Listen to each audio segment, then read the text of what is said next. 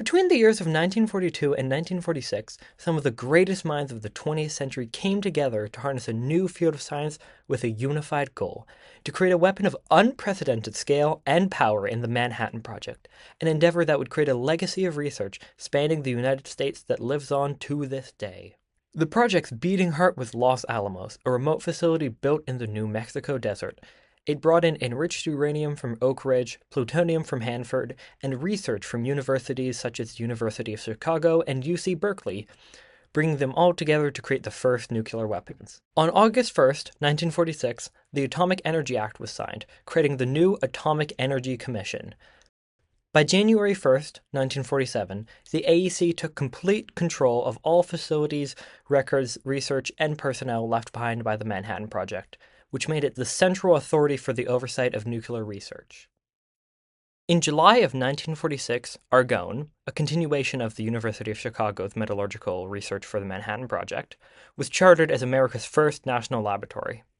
Under the AEC's direction, the Oak Ridge site was made a national laboratory in 1947, along with Brookhaven and Ames.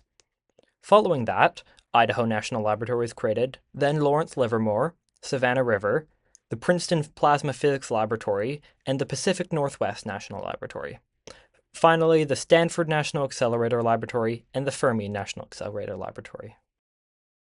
From its creation in 1946, the National Lab System had a number of notable scientific achievements, including the first detection of a free neutrino by researchers at Los Alamos, which proved the particle's existence, the creation of the first reactor ever to produce electricity at Idaho National Laboratory, contributions to the field of nuclear science, and the discovery of over 16 new elements. The Energy Reorganization Act of 1974 split the AEC's roles into two distinct organizations, the Nuclear Regulatory Commission and the Energy Research and Development Administration. In 1977, the Department of Energy was created, which consolidated the ERDA and some other related government agencies, and remains to this day. The national labs continue to operate under the Department of Energy, which further expanded them to the 17 national labs that exist today, and the labs haven't stopped making contributions to science.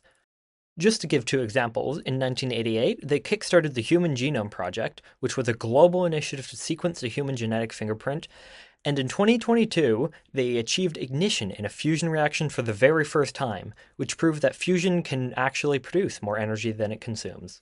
Today, the national labs are able to work on challenges beyond the scale of independent university labs and that aren't lucrative enough for the industry, which makes them a key part of scientific innovation, national security, and economic development in the United States. While they might not be super well known, there's a good chance the national labs have affected your life in one way or another. And if that is the case, it's all because the US decided to build a bomb.